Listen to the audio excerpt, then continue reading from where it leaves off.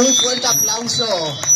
Chicas, el año que viene os llamo, ¿vale? Beyoncé en los estadios, nosotras en la churrería de enfrente. ¿Os conformáis o no? Sí, no lo decís muy convencidas.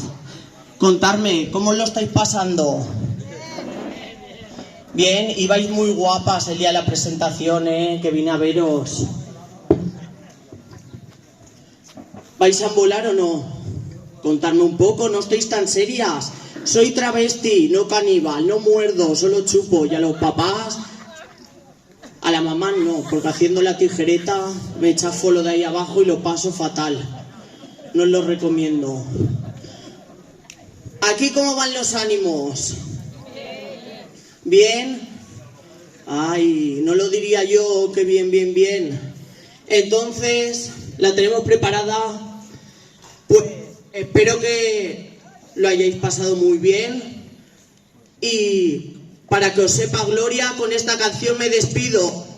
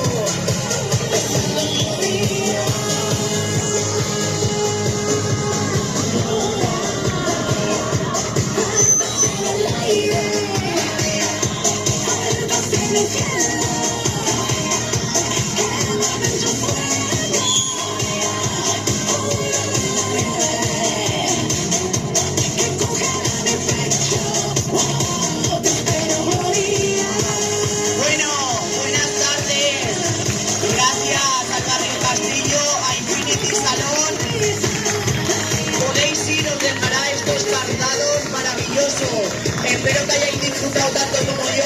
¡Mua!